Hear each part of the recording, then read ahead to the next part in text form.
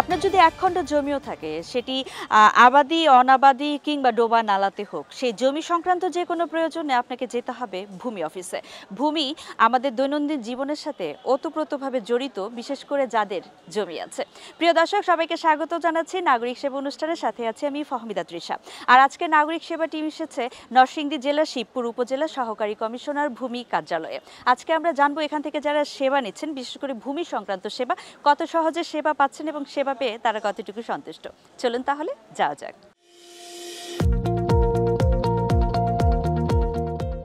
ভূমি সেবা এ যেন নাগরিক জীবনের অবিচ্ছেদ্য অংশ।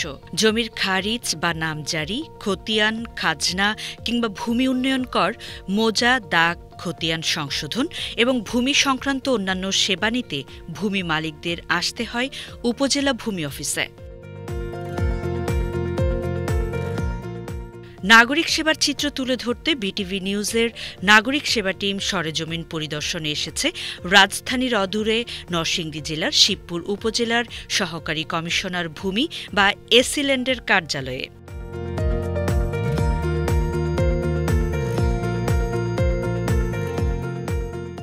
কি জন্য আসছেন? আমি আমার খারিজের জন্য আসছি। খারিজ হলো আমরা 5 ভাই, তো সম্পত্তি বেচাকেনি করতে গেলে এখন খারিজ লাগে। তো এই জন্যই আমরা এসিলেন অফিসে আসছি। আসার পরে মোটামুটি তারা আমাদেরকে যে সেবাটা দেওয়ার দরকার, ভালো একটা সেবা দিচ্ছে, ভালো পরামর্শ দিচ্ছে যে আপনাদের এসএ, আরএস এবং ওয়ারিশন সার্টিফিকেট এইগুলি সম্পূর্ণ নিয়ে আসবেন, আপনাকে খারিজ করে দেব। তো এই যে 5 ভাইয়ের কথা বলেন, 5 ভাই সবাই এসেছেন? মানে বাবার সম্পত্তিরই তো খারিজ করতে আসছে? জি জি, বাবার সম্পত্তি না, আমরা 5 ভাই আসি নাই, আমি একই আসছি, আমি সবার বড়। সম্পত্তি কি মানে ওয়ারিশ সনদ অনুযায়ী বন্টন হয়েছে? এটা হলো বাবার সম্পত্তিগুলি ওয়ারিশ সনদ মোতাবেক বন্টন হয়। যেমন আমরা 5 ভাই 1 বোন, যে আমার বাপের 200% সম্পত্তি আছে, আমরা হারাহারি মোতাবেক যা পাবো এই ওয়ারিশের সনদের ভিত্তিতেই তারা এটা সুন্দরভাবে বন্টন করে দিবে। ওনারাই বন্টন করে দিবে। আর অনেক সময় দেখা গেল ওয়ারিশের থেকে যদি কারো নাম বাদ পড়ে, তাইলে এটা আমরা যারা করে আনলাম এটা আমরা দায়বদ্ধতা, তারা কোনো দায়বদ্ধতা না, তারা সঠিক কাগজের মাধ্যমে আমাদের খারিজ দিব। কাকা আজকে কি জন্য এসেছেন? ওই খারিজের কাগজও দিব আর কি। হয়েছে খারিজ? হয়েছে, খবর দিছে আর কি। কি বলেছে ওনারা আপনাকে? কইছে আপনার কাজ শেষ হয়েছে, আপনি আসা লিয়া যান। কতদিন আগে আসছিলেন এর আগে খারিজ করার জন্য? তো খারিজের কাগজ দিয়ে গেছি 1 বছর আগে।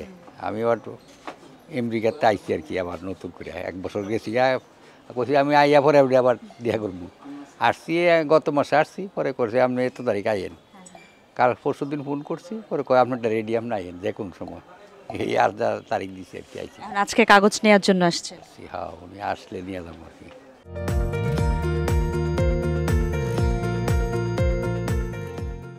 এসিল্যান্ড অফিসে প্রবেশ পথেই রয়েছে হেল্প ডেস্ক। এখান থেকে নাগরিকেরা সেবা সম্পর্কিত প্রাথমিক তথ্য জানতে পারেন।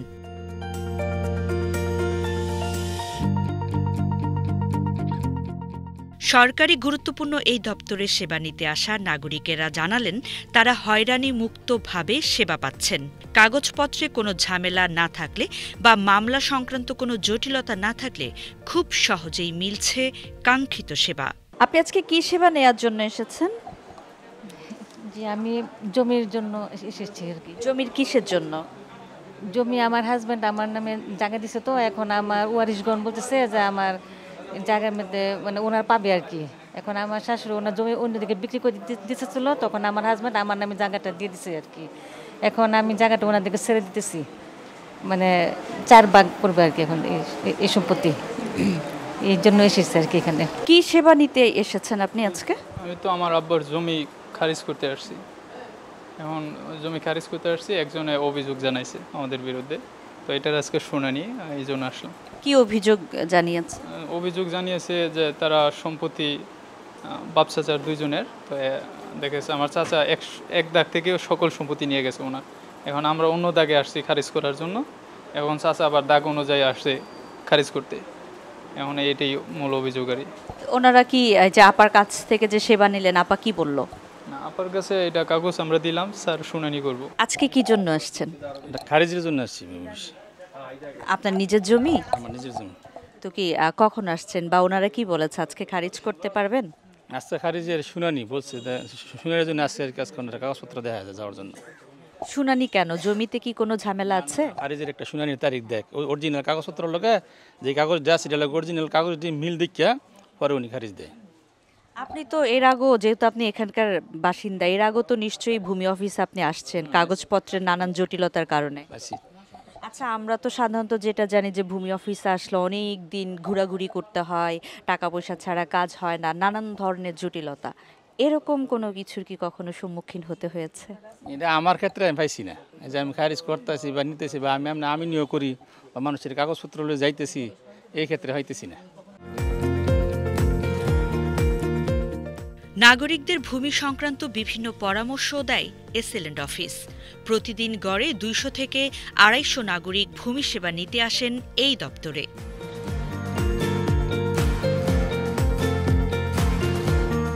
কি জন্য আসছেন আজকে আপনারা? আসছি এখানে খারিজের শুনানি দিছি, মানে এটা করার জন্য কাগজপত্র, এই জন্য আসছি। তা এই যে আজকে যে জমির নাম জারি করতে আসছেন, শুনানির ডেট, এটা মানে জমিটা কার? জমিটা জমির মালিক উনি। আমি মালিক, মানে অন্য এই জুতের মানে যে বড় ভাই আমি কিনছি, আর ছোট ভাইয়ে এই জুতে মাড়ি পানা না, মানে খতিয়ানি মাড়ি নাই, ডাবল বিক্রি করে মানে খারিজ করছে, আরো লোক বিক্রি করে লেছি, এই জন্য আমি আসছি খারিজ বাতিলের জন্য। আচ্ছা, খারিজ বাতিল করার জন্য কি কি কাগজপত্র দিতে হয়? এসআরএস পর্চা লাগবো, ওই দলিলের যা যা দলিল আছে সব প্রয়োজনীয় ডকুমেন্ট সব দিতে হইব।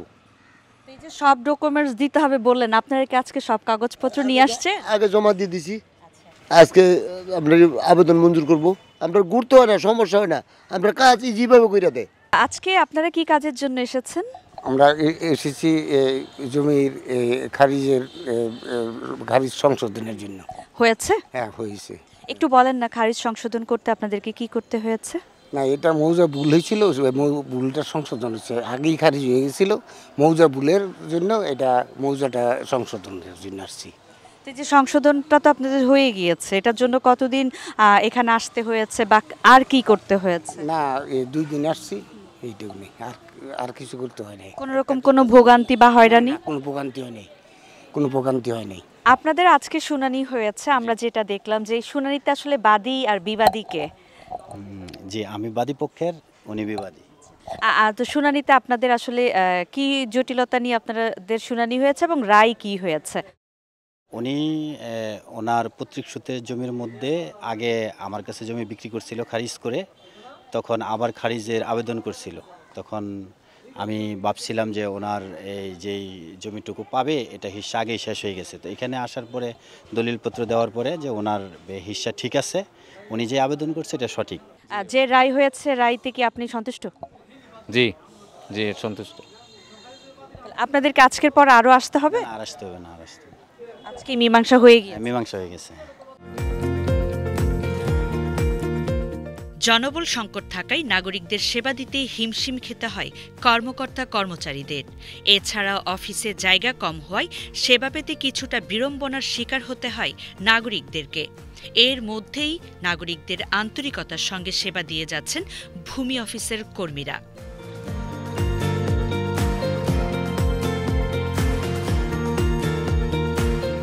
সার্ভেয়ার হিসেবে, এবং আমরা জানি যে অফিসে একমাত্র আপনিই হচ্ছেন সার্ভেয়ার, আপনার কাজটা আমাদেরকে একটু বলেন যে নাগরিকদের জন্য আপনি কোন সেবাটা দেন অফিসে এবং মাঠ পর্যায়ে? সার্ভেয়ার হিসেবে যে সেবাটা দেয়, ধরো আমাদের সরজমিনে তদন্ত থাকে, যখন একটা মিসকেস থাকে মিসকেসের তদন্ত করি, আবার দেখা যায় নামজারিরও তদন্ত থাকে, তদন্ত করি, তারপরে রেকর্ড সংশোধন থাকে, এটারও আমার তদন্ত করা লাগে, করণিক ভুল, হাট বাজার যা আছে এগুলো আমার তদন্ত করে আমার প্রতিবেদন দিলে পরে স্যারে ফাইল ডিসপোজাল করে। এটা হলো আমাদের পাবলিকের সেবা। আর আমার কাছে যে ইনামজারির বিষয়, যেমন আমি অনলাইনে কাজ করতেছি, অনলাইনে কাজ আসলে যেটা আসে, আমি যদি দেখি যে কাগজ অনলাইনে কাগজ ভিত্তিক ঠিক আছে, তাহলে আমি প্রস্তাব দিয়ে দিই। আর যদি যে ঠিক নাই বা শুনানি নেওয়া লাগবে বা কারো মূল কাগজ দেখা লাগবে, তখন তাদেরকে ফোন দিই, মোবাইলে ফোন দেওয়ার পরে তাদেরকে নিয়ে আসা পরে করি আর কি। এভাবে আমরা তার ফাইলগুলো ডিসপোজাল করি। আপনার ডেস্ক থেকে আপনি আসলে কোন ধরনের সেবাটা প্রদান করে থাকেন? আমার ডেস্ক থেকে আমি অ্যাকচুয়ালি পত্র প্রাপ্তি রিলেটেড এবং পত্র জারি সংক্রান্ত কার্যক্রমগুলো করে থাকি এবং নামজারি সংক্রান্ত বিভিন্ন প্রবলেম যারা সেবাগ্রহীতা তারা আসে ওনাদের কাছ থেকে শোনার পরে চেষ্টা করি ওনাদেরকে সার্ভিসটা দেওয়ার আর কি যতটুকু সম্ভব। আপনার কাছে যারা সেবা নেওয়ার জন্য আসে তাদেরকে আপনি আসলে কোন ধরনের সেবাগুলো প্রদান করেন? শিবপুর উপজেলার সমস্ত খাস পুকুর ইজারা প্রদান করে অনুসার সভাপতি ছিলেন স্যার সদস্য সচিব। এক্ষেত্রে পুকুরগুলা সরকারি পুকুরগুলা ইজারা প্রদান করা হয়, তারপরে ওই সরকারি রাজস্বগুলো আদায় করি। এটা মূলত আমার প্রধান কাজ, আমার পোস্টের কাজ। তারপরে চান্দিনা বিটি নবায়ন এবং বাজার সংক্রান্ত কাজগুলো করে থাকি। তারপরে হচ্ছে নামজারি করে থাকি, জয়নগর মাসুপুর ইউনিয়নের নামজারি সংক্রান্ত যাবতীয় কার্যক্রম করে থাকি। তারপরে বিভিন্ন রিপোর্ট রিটার্ন এগুলো তো আছি। যেহেতু আপনি হচ্ছেন ইজারাটা দিয়ে থাকেন সরকারি পুকুর বা খাস জমি যেটি আছে, ইজারা নেয়ার জন্য একজন মানুষ আসলে কিভাবে আপনার কাছে আবেদন করবে বা তাকে কোন প্রক্রিয়াটা অবলম্বন করতে হবে?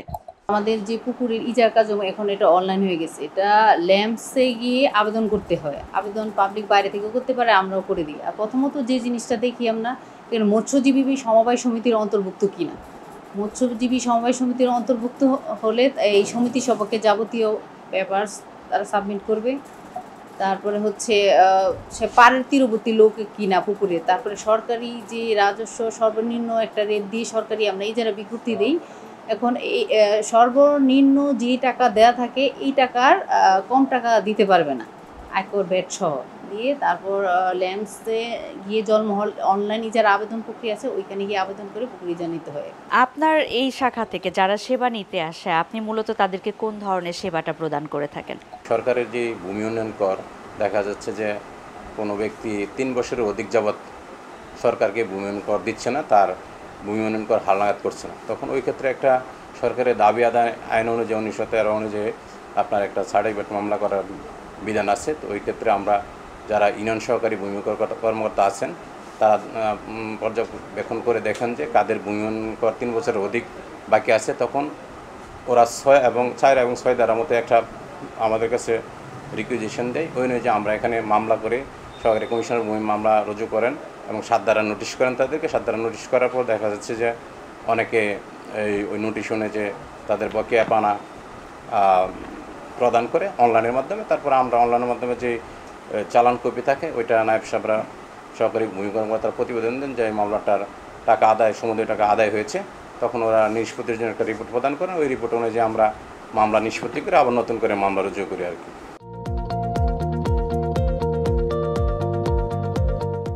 ভূমি অফিসে প্রায় সব কাজ এখন সম্পূর্ণ হচ্ছে ডিজিটাল পদ্ধতিতে। ফলে কমেছে হয়রানি, বেড়েছে স্বচ্ছতা ও জবাবদিহিতা।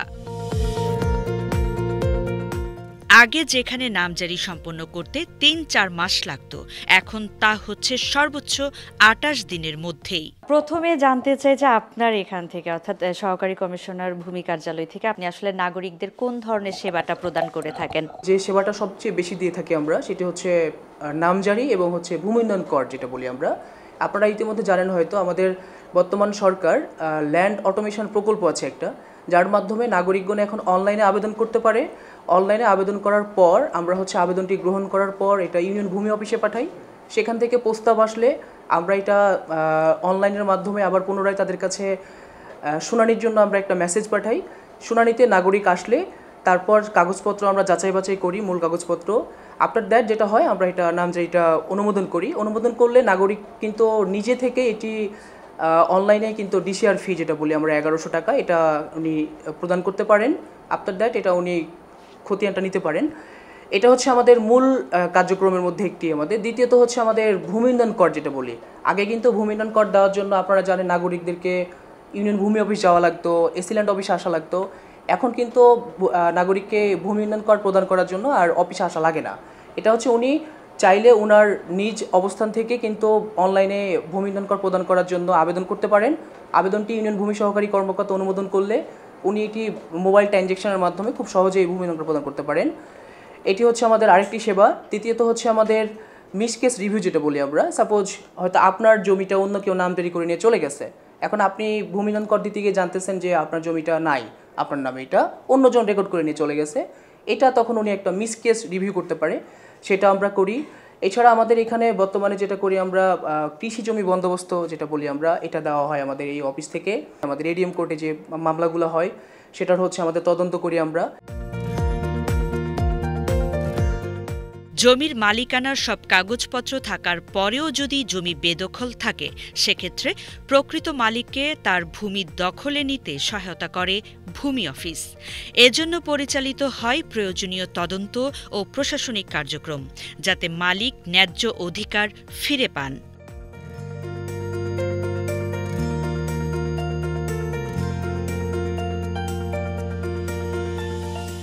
অনেকেই আছে যারা হচ্ছে এই শিবপুর উপজেলায় থাকে না, ঢাকাতে থাকে কিংবা দেশের বাইরে থাকে।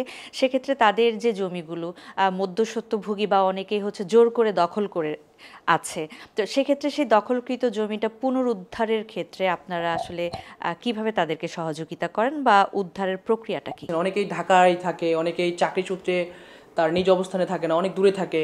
তো এই সুযোগটা অনেক সময় কিন্তু নাগরিকরা অন্য যারা আছে তারা দিয়ে থাকে।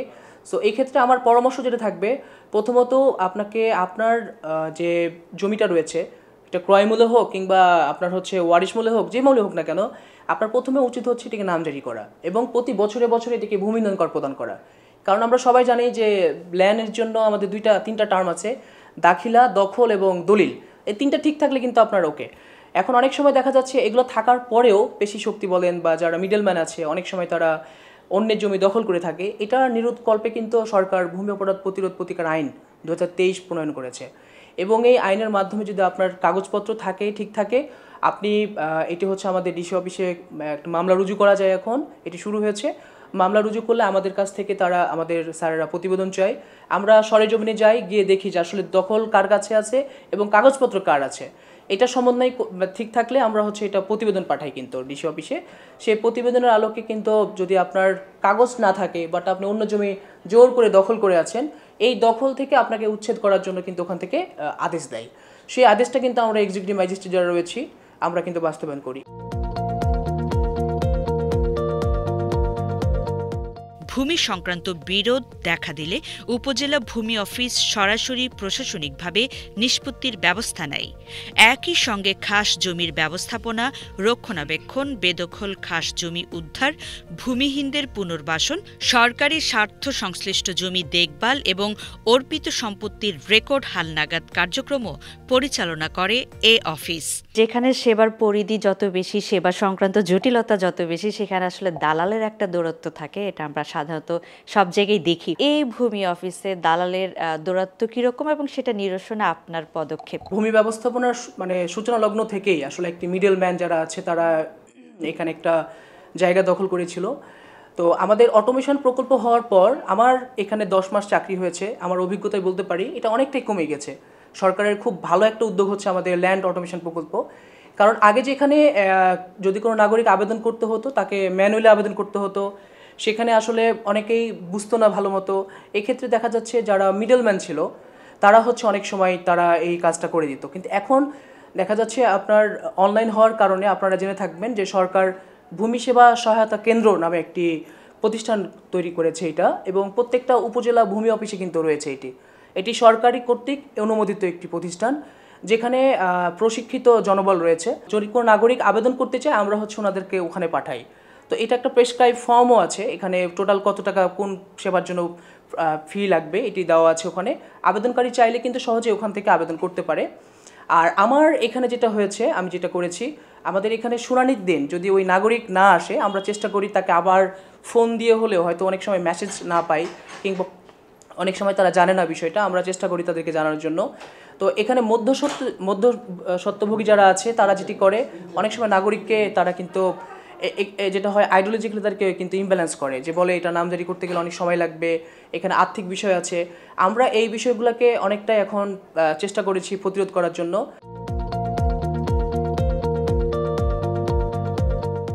ভূমি সংক্রান্ত কোনো সেবা বা বিরোধ এসিল্যান্ড অফিস নিষ্পত্তি না করতে পারলে সেটি সমাধানের ভার বর্তায় উপজেলা নির্বাহী অফিসারের উপর। শিবপুরের যে উপজেলা ভূমি অফিস আছে সেটাতে আমরা আজকে কাজ করেছি। সেবা পেয়ে নাগরিকরা অবশ্যই সবাই খুব সন্তুষ্ট এবং সন্তুষ্টি প্রকাশও করেছে। কিন্তু একটু জানতে চাই যে অনেক ক্ষেত্রে হয় না, অনেক ধরনের জটিলতা থাকে যেটা আসলে সহকারী কমিশনার ভূমি ওনার পক্ষেও নিষ্পত্তি করা সম্ভব হয় না। সেই ধরনের কেসগুলো যদি আপনার কাছে আসে, নির্বাহী অফিসার হিসেবে আপনি সেই সমস্যাগুলো কিভাবে সমাধান করেন? ভূমি রিলেটেড কেউ কোনো সমস্যা নিয়ে আসে আমাদের কাছে, আমরা যেটা করি শুরুতে আগে দুই পক্ষকে একটু ডাকি। আমরা আমাদের দিক থেকে আমরা একটু দুই পক্ষের কাছ থেকেই শুনি। দুই পক্ষের কাছ থেকে শোনার পরে যদি কাগজপত্র আমি আমার এখানে দেখি যেটা আমার এখানে সমাধানযোগ্য ওই মুহূর্তেই, সেটা তখন আমার এখান থেকেই চেষ্টা করি সমাধান একটা তাদেরকে সমাধান বলার জন্য। আদারওয়াইজ যদি দেখি না যে এখানে কাগজের বা তাদের অংশের প্রয়োজন আছে বা তাদের হিস্যার বিভিন্ন বিষয় আছে যেটা আমার তদন্ত প্রয়োজন, সেক্ষেত্রে আমি আমার সার্ভেয়ার হোক বা উপজেলা ইউনিয়ন ভূমি উপসহকারী কর্মকর্তা হোক তাদেরকে দিয়ে তদন্ত করাই। অনেক সময় দেখা যায় যে আমি আমার চেয়ারম্যান বা প্রশাসক যারা রয়েছেন বা জনপ্রতিনিধি যারা রয়েছেন তাদের কাছ থেকে একটা রিপোর্ট নেই। আবার অনেক সময় দেখা যায় যে সংশ্লিষ্ট যদি এটার সাথে রিলেটেড যদি আরও কোনো দপ্তর থাকে তাহলে সেই দপ্তর প্রধানের কাছ থেকে একটা রিপোর্ট নেই। তো আমরা সম্মিলিতভাবে ফাইনালি আমরা এখান থেকে একটা সিদ্ধান্ত দেওয়ার চেষ্টা করি। আবার অনেক ক্ষেত্রে দেখা যায় যে তারা যে বিষয়টা নিয়ে আমাদের কাছে অভিযোগ করেছেন এটা আসলে আমাদের এখতিয়ারভুক্ত না। যখন আমাদের এখতিয়ারভুক্ত না তখন আমরা তাদেরকে যথাযথ স্থানে যাওয়ার জন্য আমরা পরামর্শ দিই। অনেকেই কিছু কিছু বিষয় আছে, দখলের কিছু বিষয় আছে যেটা আমাদের ভূমি অপরাধ প্রতিরোধ আইন যে আইনটা হয়েছে 2023-এ ওই আইনের সাথে রিলেটেড। তো আমার এখান থেকে জনগণের সুবিধার্থে আমরা একটা ফর্ম করেছি যে আবেদন করতে গেলে এই তথ্যগুলো লাগবে। তো আমরা তাদেরকে জনগণকে আমরা এইটুকু দিয়ে সহযোগিতা করি যে আপনারা যদি এইটুকু ফুলফিল করে আপনারা যথাযথ জায়গায় কোথায় যেতে হবে আমরা সেটাও বলে দিচ্ছি। আর যেটা দেওয়ানি আদালতের বিষয়, আমরা সেই দেওয়ানি আদালতের বিষয়টিও আমরা তাদেরকে বলে দিচ্ছি যে আপনি এটা দেওয়ানি আদালতে যাবেন। আমরা এইভাবে চেষ্টা করে যাচ্ছি সমাধান করার জন্য।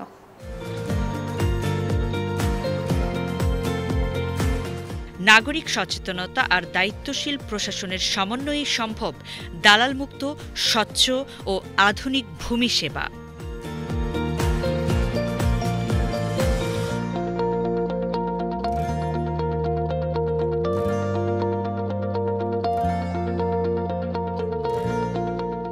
ভূমি সংক্রান্ত যে কোনো জটিলতা নিরসনের জন্য অবশ্যই সচেতনতার কোনো বিকল্প নেই। আপনার জমি আছে, সেই জমির নামজারি কিংবা খারিজ আপনাকে সময়ের সাথে সাথেই করতে হবে এবং সেই সাথে ভূমি কর নিয়মিত পরিশোধ করতে হবে এবং এটি কিন্তু একজন সচেতন নাগরিকের দায়িত্ব। দর্শক, আজকের মতো নাগরিক সেবা অনুষ্ঠান থেকে বিদায় নিচ্ছে আমি ফাহমিদা তৃষা। দেখা হবে পরবর্তী অনুষ্ঠানে। সে পর্যন্ত ভালো থাকবেন, সুস্থ থাকবেন। আল্লাহ হাফেজ।